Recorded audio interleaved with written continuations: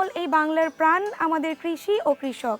মাঠের ঘাম আর নিরন্তর পরিশ্রমে যারা সচল রাখেন দেশের অর্থনীতির চাকা, তাদের সুখ দুঃখ আর সাফল্যের গল্প নিয়ে গ্রিন টেলিভিশনের নিয়মিত আয়োজন আমার কৃষিতে স্বাগত জানাচ্ছি আমি মাহমুদা মালেক শাওলিন। এ সপ্তাহের আয়োজনে থাকছে সারা বাংলাদেশের কৃষি সংবাদ, কৃষিতে সাফল্য, কৃষি বিষয়ক জিজ্ঞাসা। দেশের অন্যতম কৃষি প্রধান জেলা মানিকগঞ্জ, সেখানে জনসংখ্যার বেশিরভাগ কৃষির উপর নির্ভরশীল, অথচ সেচ পাম্প চালানোর জন্য ডিজেল পাচ্ছেন না কৃষকেরা। পাম্পে ঘন্টার পর ঘন্টা অপেক্ষা করে যেটুকু ডিজেল পাচ্ছে তাও অপ্রতুল। তবে অধিকাংশ কৃষকই ফিরছেন খালি হাতে। এতে করে সেচের অভাবে ফলন নিয়ে শঙ্কায় তারা। মানিকগঞ্জের দিগন্তজোড়া বিস্তীর্ণ ফসলের মাঠ। আবহাওয়া অনুকূলে থাকায় ধান, মরিচ, পাটসহ বিভিন্ন ফসলের ভালো ফলন হয়েছে। মাঠের এসব ফসলের এখন বাড়ন্ত সময়, যা পুরোটাই সেচ নির্ভর। কিন্তু পাম্প চালানোর জন্য চাহিদামাফিক জ্বালানি না পেয়ে ভোগান্তিতে পড়েছেন কৃষকরা। চরমভাবে ব্যাহত হচ্ছে চাষাবাদ ও সেচ কাজ। পাম্পগুলোতে জ্বালানির জন্য কৃষকদের হাহাকার তৈরি হয়েছে। জ্বালানির অভাবে বন্ধ রয়েছে ডিজেল চালিত অধিকাংশ সেচ পাম্প। সেচের অভাবে শুকিয়ে যাচ্ছে ফসলের মাঠ, দেখা দিয়েছে বড় বড় ফাটল, মরে যাচ্ছে ফসলের গাছ।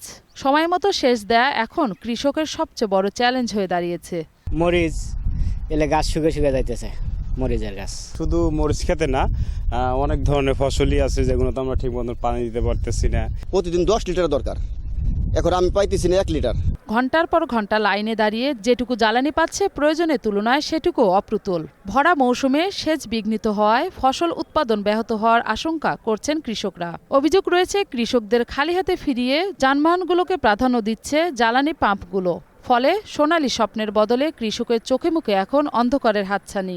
আমাকে এই যে 5 লিটার তেল লাগবো, ধান খেতের নিয়ে গাইছি, আমরা তো তেল নিয়ে খাম না, আমরা বড় দাম নিয়েছি না, কারণ আমাকে দেয় না, ওই ডামালক আগে দেবো।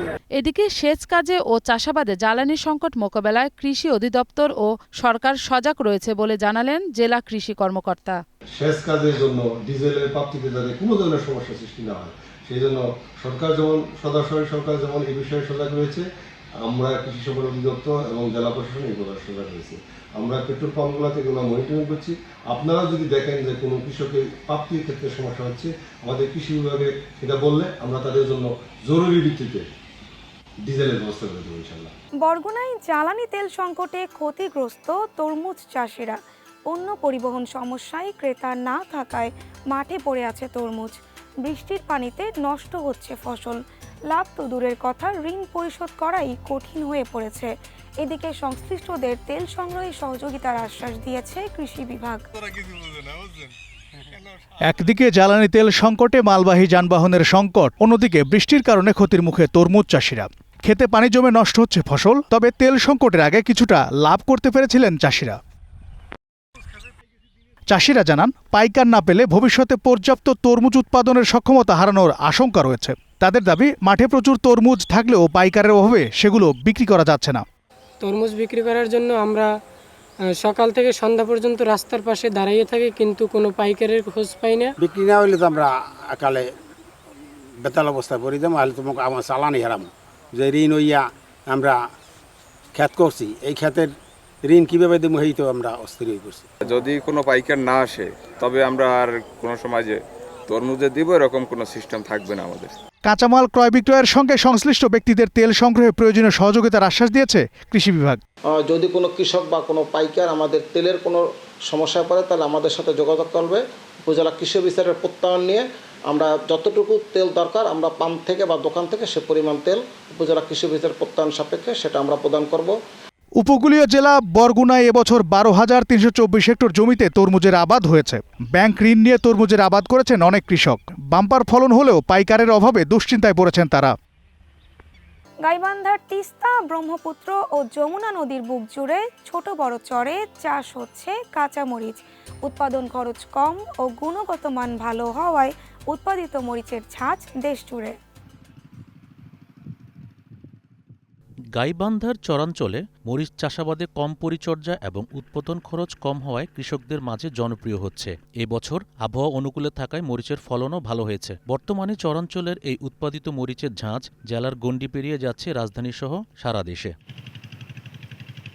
বিঘা প্রতি ৩ থেকে ৩,৫০০ টাকা খরচ করে কাঁচামরিচ উৎপাদন হচ্ছে ১৬ থেকে ১৭ মণ। তবে মরিচের দাম নিয়ে অসন্তুষ্ট কৃষকরা। মরিচ মোটামুটি খুব ভালো মরিচ হয়েছে, নাহলে তো ১৫-১৬ মণ মরিচ এটা কাঁচায় তো বেশি আর মরিচ ধান মরিচ খুব ভালো মরিচ হয়েছে। এবার মোটামুটি ভালো মরিচ পচকারি ধরে নাই। কাঁচামরিচ আজকে বাজার তুলে নিয়ে যাবে, হয়তো ৫০০ টাকা হতে পারে, ৭০০ টাকাও হতে পারে, ৮০০ টাকা হতে পারে মন। আর শুকনাটা ৭,০০০-৮,০০০ টাকা গেছে। জেলা কৃষি সম্প্রসারণ অধিদপ্তরের তথ্য মতে চলতি বছর ১,৯৭০ হেক্টর জমিতে মরিচের চাষাবাদ হয়েছে। এই চরের উৎপাদিত মরিচের গুণগত মান ও দাম ভালো থাকায় চাহিদা আছে দেশ জুড়ে। এবারে আমাদের মরিচের অর্জন ১,৯৭০ হেক্টর।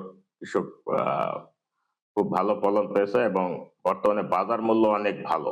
প্রচুর পরিমাণ পাইকারি ক্রেতা আসেন, যার কারণে কৃষকের বাজারজাত করতে মরিচের সমস্যা হয় না। এই কারণে প্রত্যেক বছর আমাদের মরিচের আবাদ বৃদ্ধি পাচ্ছে। মরিচের ন্যায্য দাম নিশ্চিত সহ আর্থিক সহায়তা করা হলে আগামীতে কৃষকদের মাঝে মরিচ চাষে আরও আগ্রহ তৈরি হবে। এটি দেশের অর্থনীতিতে বিশেষ ভূমিকা পালন করবে বলে মনে করেন সংশ্লিষ্টরা। বৃষ্টি ও জলাবদ্ধতায় নেত্রকোনার হাওরে তলিয়ে যাচ্ছে পাকা বোরো ধান। আবার জ্বালানি তেল ও শ্রমিক সংকটে ব্যাহত হচ্ছে ফসল কাটা। এতে দুশ্চিন্তায় পড়েছেন কৃষকরা। ফসল হানি ঠেকাতে যে কোনো মূল্যে পাকা ধান কাটার পরামর্শ দিয়েছে কৃষি বিভাগ। নেত্রকোনার হাওরে শুরু হয়েছে বোরো ধান কর্তন। ইতিমধ্যে প্রায় ২৭% ধান কাটা হয়েছে, কিন্তু আগাম বৃষ্টি এবং এ কারণে সৃষ্ট জলাবদ্ধতায় নিচু জমির ধান তুলিয়ে দুশ্চিন্তায় পড়েছেন কৃষক। এবার ভালো ফলন হলেও জ্বালানি তেল, শ্রমিক সংকট এবং জলাবদ্ধতার কারণে লাভের মুখ দেখা কঠিন হয়ে পড়বে বলে জানান তারা।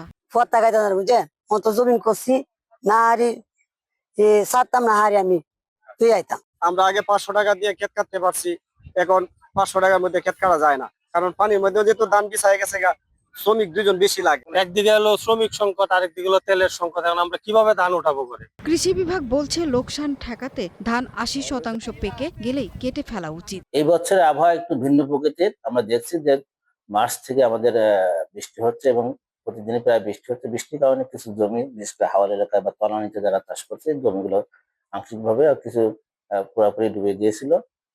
এই জমিটার যেটা ১,০৭২ হেক্টর, এর মধ্যে আমাদের কিছু জমি ১৩৭ হেক্টর জমি আমাদের ক্ষতিগ্রস্ত, বাকি কিন্তু আমাদের ভালো আছে এবং কৃষকরা ধান কাটছে। এবছর নেত্রকোনায় ১,৫৭,৫৪৭ হেক্টর জমিতে বোরো ধানের আবাদ হয়েছে। এর মধ্যে হাওর অঞ্চলে রয়েছে ৪১,০৬৫ হেক্টর।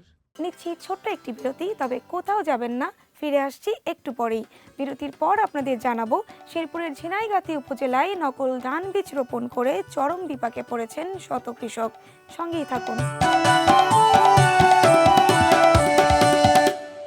দর্শক, গ্রিন টেলিভিশনের সাপ্তাহিক আয়োজন আমার কৃষিতে আপনাদের আবারও স্বাগত। শেরপুরের ঝিনাইগাতি উপজেলায় নকল ধান বীজ রোপণ করে চরম বিপাকে পড়েছেন শত শত কৃষক। অভিযোগ উঠেছে B96 জাতের নামে বাজারজাত করা বীজ রোপণের পর ধান গাছের স্বাভাবিক বৃদ্ধি না হয়ে উল্টো চারা মরে যাচ্ছে। এতে বড় ধরনের আর্থিক ক্ষতির মুখে পড়েছেন কৃষকরা। ঝিনাইগাতি উপজেলার বিভিন্ন এলাকায় চলতি ইরি বোরো মৌসুমে নকল বীজ ব্যবহার করে বিপাকে পড়েছেন প্রায় ৪০০ থেকে ৫০০ কৃষক। এতে প্রায় ২৫ হেক্টর জমির ধান উৎপাদন হুমকির মুখে পড়েছে। কৃষকদের অভিযোগ, মধুপুরের মিরন সিড কোম্পানির নামে B96 জাতের মোড়কে বীজ কিনে রোপণ করেন তারা, কিন্তু থোর আসার সময় ধানের গাছ মরে মাটিতে লুটিয়ে পড়ছে। লম্বা ভালো আছে, থুবা যাও ভালো, কিন্তু ধান খেতে মধ্যে থুর নাই। 96 ভীষণ দিয়েছেন এলা সাথে সব খেতে থুর, আমার 10 কাঠা জমি থুর, কোনো খবরই নেই। এই ঘটনায় বাজারজাতকারী ২ dealer messrs Nurul Amin enterprise ও সাব্বির বীজ ভান্ডারের বিরুদ্ধে কৃষি বিভাগ ও উপজেলা নির্বাহী কর্মকর্তার কাছে লিখিত অভিযোগ দিয়েছেন ভুক্তভোগী কৃষকরা। থুরো নাই আর মইরা দিস মুখেত আছে, তাহলে আমি তো গরিব মানুষ, আমার এই সংসার কিভাবে চলবো, কিভাবে চলাম বা কি হবো? এটা আমি চলবো কিভাবে, কি সমাচার, এটা আপনারা বৃদ্ধি ব্যবস্থা করে দিবেন। অভিযুক্ত ডিলারের দাবি, তারা অনুমোদিত বীজই বিক্রি করেছেন, তবে অনিয়ম থাকলে তদন্ত করে দায়ীদের শাস্তির দাবি জানান তারা। তাহলে আমরা এটা কি করতে পারি? এটার নাম করতে পারি আসলে এর মধ্যে কোনো নেই, আমরা এখতিয়ার নাই, আমরা তো জানি না বলে এর মধ্যে কি আছে না আছে। আর ধান থুরো হবে কি হবে না, এটা তো আমরা দায়িত্ব আর আমরা না। উপজেলা কৃষি কর্মকর্তা জানান, বীজের মোড়কের সঙ্গে ধানের কোনো মিল পাওয়া যায়নি।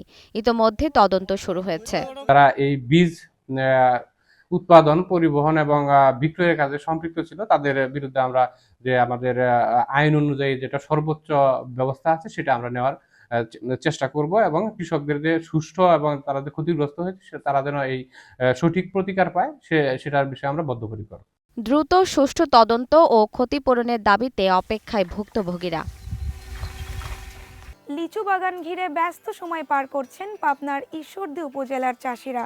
শেষ পর্যন্ত আবহাওয়া অনুকূলে থাকলে গতবারের লোকসান কাটিয়ে ওঠা সম্ভব হবে বলে মনে করেন তারা। ব্যস্ত সময় পার করছেন লিচু রাজধানী হিসেবে পরিচিত পাবনার ঈশ্বরদী উপজেলার বাগানীরা। উপজেলার জয়নগর, মীরকামারী, মানিকনগর, শাহাপুর, জগন্নাথপুর, ভারইমারি ও আইতপাড়া শতকরা ৮০ থেকে ৮৫ ভাগ গাছে লিচুর গুটি আছে। ফলন নিশ্চিতে গাছে পানি দেওয়া ও কীটনাশক ছিটানো সহ বাগান পরিচর্যায় ব্যস্ত চাষিরা। যেমন আসছে আবহাওয়া, এই আবহাওয়াতে লিচুর খুব একটা ক্ষতি হবে না, তবে এভাবে যদি সপ্তাহখানেক যদি এরকম রোদ খরা থাকে তাহলে লিচু পুড়ে যাবে। গত বছর যে লিচু চাহিদা ছিল, কিন্তু এবার তার থেকে অনেক ফলন ভালো লিচুর। গত বছর ফলন খারাপ হওয়ায় চাষিদের লোকসান হয়েছে, এবার গুটি দেখে লাভের স্বপ্ন দেখছেন তারা। এবছর এত পরিমাণে আল্লাহর রহমতে আপনার মুকুল আসছিল, সেই থেকে গুটি ভালো লিচু আছে। আশা করছি আর বাংলাদেশে এমনকি বাইরেও রপ্তানি করা যাইতে পারে। আশা করতেছি আমাদের বাম্পার ফলন হয়ে ৪০ থেকে ৫০ লক্ষ টাকা বিক্রি হবে। এবছর ৭০০ কোটি টাকার লিচু বাণিজ্য হবে বলে আশা জানিয়েছেন উপজেলা কৃষি কর্মকর্তা। ঈশ্বরদী উপজেলায় ৩,১০০ হেক্টর জমিতে লিচুর বাগান রয়েছে। আমরা কৃষকদের ভাইদেরকে পরামর্শ দিয়ে যাচ্ছি যেন লিচু ঝরে না যায়। বর্তমানে মৃদু আবহাওয়া চলতেছে, এক্ষেত্রে কৃষকদেরকে বিকেলে সেচের পরামর্শ দিয়ে যাচ্ছি এবং আশা করা যাচ্ছে এবার ভালো ফলন হবে। এবছর উপজেলার ৩,১০০ একর জমিতে দেশি ও চায়না ৩ জাতের লিচু চাষ হয়েছে। আর স্বল্প পরিসরে হচ্ছে কদমি, কাঁঠালি, বেদেনা, চায়না ১, চায়না ২ জাতের লিচু চাষ।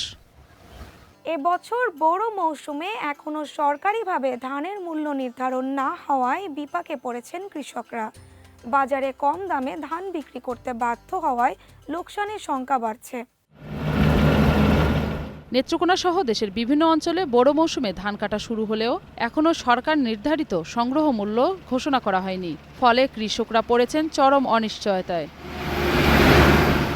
বর্তমানে কৃষকরা প্রতিমণ ধান ৮০০ থেকে ৮৫০ টাকা বিক্রি করছেন, যা তাদের উৎপাদন খরচের তুলনায় অনেক কম। কৃষকদের অভিযোগ, এবছর সার, জ্বালানি তেল এবং শ্রমিক খরচ বেড়ে যাওয়ায় ধান উৎপাদনে খরচ প্রায় দ্বিগুণ হয়েছে। কৃষকরা বলছেন, শ্রমিক সংকট ও বাড়তি মজুরির কারণে ধান কাটতে হিমশিম খেতে হচ্ছে। এর মধ্যে বাজারে ৪৫ কেজি ধানকে ১ মণ হিসেবে ধরা হচ্ছে, যা কৃষকদের জন্য আরো বেশি ক্ষতির কারণ হয়ে দাঁড়িয়েছে। সারের দর বাড়ছে, অনেক ৮০০ টাকা মন ধান, আমরা কিভাবে পোষাইম?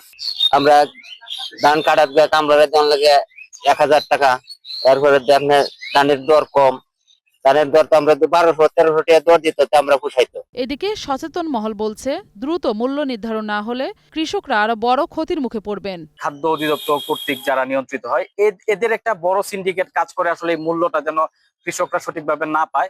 আমার মনে হয় সরকারের এই দিকে একটু নজর দেওয়া উচিত। তাদেরকে অল্প দামে যারা খরিয়ে আছে তাদের কাছে ধান বিক্রি করতে হচ্ছে। সব দিক থেকেই এই বৈশাখটা কৃষকদের বিষাদে পরিণত হয়েছে। জেলা খাদ্য নিয়ন্ত্রক জানিয়েছেন, দ্রুত সময়ের মধ্যে মূল্য নির্ধারণ করে কৃষকদের কাছ থেকে ধান সংগ্রহ শুরু করা হবে। সরকারিভাবে এখন পর্যন্ত ধান ক্রয়ের কোনো সিদ্ধান্ত হয়নি, দরও নির্ধারণ হয়নি। আশা করছি খুব তাড়াতাড়ি সরকারিভাবে ধান ক্রয়ের সিদ্ধান্ত হবে এবং সরকারিভাবে ধান ক্রয়ের সিদ্ধান্ত হওয়া মাত্রই আমরা খাদ্য গোদামে ধান ক্রয় শুরু করব। কৃষকদের স্বস্তি ফেরাতে দ্রুত ধানের মূল্য নির্ধারণ ও সরাসরি সরকারি সংগ্রহ কার্যক্রম শুরুর দাবি কৃষকদের। টাঙ্গাইলের ঘাটাইলে ইট ভাটার বিষাক্ত ধোঁয়ায় পুড়ে গেছে ২০০ বিঘা জমির ধান। অল্প কিছুদিনের মধ্যে পাকা ধান ঘরে তোলার যে স্বপ্ন দেখেছিলেন তা আজ শুধুই দুঃস্বপ্ন। ফসলি জমির পাশে ইট ভাটা নিষিদ্ধ থাকলেও প্রশাসনকে ম্যানেজ করেই চলছে তাদের কর্মযজ্ঞ। ক্ষতিপূরণের পাশাপাশি ইট ভাটাগুলো স্থায়ীভাবে বন্ধের দাবি কৃষকদের। বড় মাঠে ক্ষেতের পর ক্ষেত ধানের শীষ বের হয়েছে। ১৫ দিন পর থেকে ধান কাটা শুরু হতো। কৃষকরা স্বপ্ন দেখছিলেন সোনালী ধানে গোলা ভরানোর। কিন্তু ইটভাটার ধোঁয়ায় ধান পুড়ে যাওয়ায় সেই স্বপ্ন এখন গুড়ে বালি। সিংকুরিয়া এলাকায় সিয়াম ইটভাটার বিষাক্ত ধোঁয়ায় 200 বিঘা জমির ধান পুড়ে গেছে। বসতবাড়ি ও শিক্ষা প্রতিষ্ঠানের আশেপাশে ইটভাটা তৈরি নিষেধ থাকলেও প্রশাসনকে ম্যানেজ করে এই এলাকায় 1.5 কিলোমিটারের মধ্যে গড়ে উঠেছে 5টি ইটভাটা। এতে করে একদিকে রয়েছে খাদ্য সংকট ও অন্যদিকে গোখাদ্য সংকটের শঙ্কা। তাই ক্ষতিপূরণের পাশাপাশি ইটভাটাগুলো স্থায়ীভাবে বন্ধের দাবি কৃষকদের। এই ধানগুলা যে পুইরা দেহ কি সার হয়েছে, এই যে বাটার নিয়ে ধুমায় কালো ধুমায় বাড়াই সরাটা ধরে শেষ হয়ে গেছে একবারে, মানে সিঙ্গে সারা সরা ধরে শেষ হয়ে বাড়ালাই কোনো কিছুই করতেছে না। অনেক ক্ষতি হয়েছে, আমার ক্ষতিপূরণের যা ইচ্ছা আপনারা এরা করাই দিন কৃষি অফিসে। ক্ষতিগ্রস্ত ফসলি মাঠ পরিদর্শন করে কৃষকদের পাশে থাকার আশ্বাস কৃষি বিভাগের। আমরা কৃষকদের সাথে কথা বলেছি, ইটের ভাটার মালিকদের সাথে কথা বলেছি। সেখানে ইটের ভাটার মালিক হচ্ছে একটা হচ্ছে কৃষকদের একটা ক্ষতিপূরণ দেওয়ার হচ্ছে একটা হচ্ছে সমঝোতাই হচ্ছে আসছে, ক্ষতিপূরণ দিবে। অবাধে এসব ইটভাটা নির্মাণের ফলে ফসলের যেমন ক্ষতি হচ্ছে, অন্যদিকে কার্বন ডাই অক্সাইড নির্গত হয়ে শ্বাসকষ্ট সহ নষ্ট হচ্ছে পরিবেশের ভারসাম্য। সনাতন পদ্ধতিতে যে ইট তৈরি হচ্ছে তার পুরোটাই পরিবেশের জন্য ক্ষতিকর। শ্বাসকষ্টের কারণ হচ্ছে আশেপাশে যারা বসবাস করছে তাদের জন্য। বাতাসে কার্বন ডাইঅক্সাইডের পরিমাণ বেড়ে যাচ্ছে, বাতাসে কার্বন মনোক্সাইডের পরিমাণ বেড়ে যাচ্ছে। মাঠের ফসল আর কৃষকের ঘাম ভেজা শ্রমের প্রতিটি গল্পই আমাদের আগামীর অনুপ্রেরণা। সমস্যা যেমন আছে, সঠিক পরিকল্পনা আর আধুনিক প্রযুক্তির ছোঁয়ায় কৃষিতে সাফল্যও কিন্তু কম নয়। আজ এ পর্যন্তই। আগামী সপ্তাহে আবারও হাজির হব কৃষির নতুন সব খবর ও সাফল্যের গল্প নিয়ে। আর সেই পর্যন্ত গ্রিন টিভি নিউজ ও অন্যান্য আয়োজন দেখতে চোখ রাখুন আমাদের ওয়েবসাইট, ইউটিউব ও ফেসবুকে।